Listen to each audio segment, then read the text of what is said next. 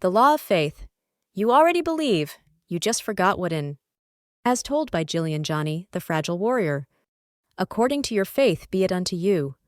Matthew 9:29.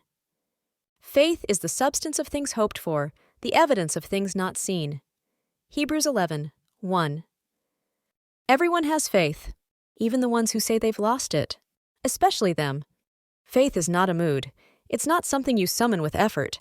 Faith is a law, like gravity. It doesn't ask you to agree with it. It just runs your life. It's not personal. It's universal. And here's the hard truth. You already practice faith every day. But not always in things that serve you. The sick place their faith in doctors, even ones who are still guessing. They believe the white coat. They believe the pill. They trust in side effects and surgeries before they trust their own body's whispers. That's faith. The worker places faith in their employer. In the 401k, in the direct deposit, in the organization, which is really an entity. A non-living, man-made system. One that began as an idea in someone else's mind. Now it owns your time. As C.S. Lewis said, you can't get second things by putting them first. You can get second things only by putting first things first. But we've reversed it. We've placed systems before spirit. Security before sovereignty. And then we call it adulthood. We call it responsibility. We even call it wisdom. Let me give you more examples. You stand at the bus stop and expect it to come. That's faith. You go to the grocery store, trusting food will be on the shelf. That's faith. You pay your rent, trusting your landlord paid the mortgage. That's faith. You drink bottled water and trust the label. That's faith. You sign a prescription and take it, even if you can't pronounce the name. That's faith. You grow a plant, but don't trust it enough to eat it, because the store bag looks more official. That's misplaced faith. Carl Jung said, "Until you make the unconscious conscious, it will direct your life and you will call it fate." That's exactly what most people do. They say they don't have faith. But they do. They just don't know where it's been placed. Most people believe more in disease than healing, in loss more than love, in bills more than abundance, in systems more than soul. That belief, that quiet expectation, is still faith. It's just pointed at fear instead of truth. Scripture calls this misalignment idolatry. Jung calls it projection.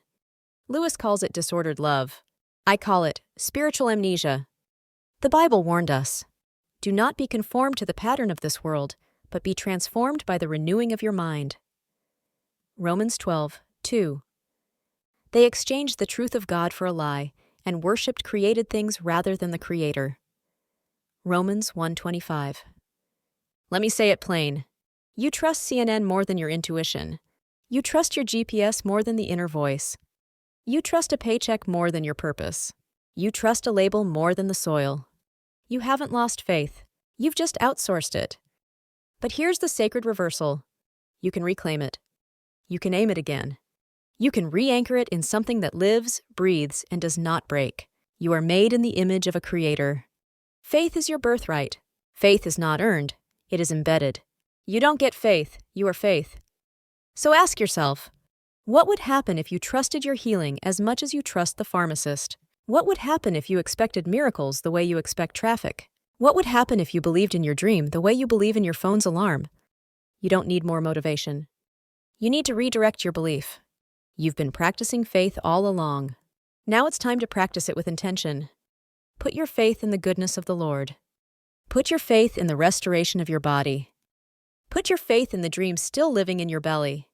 Put your faith in the harvest, even if the soil looks dry. Because the law of faith is already running. It doesn't wait for your mood.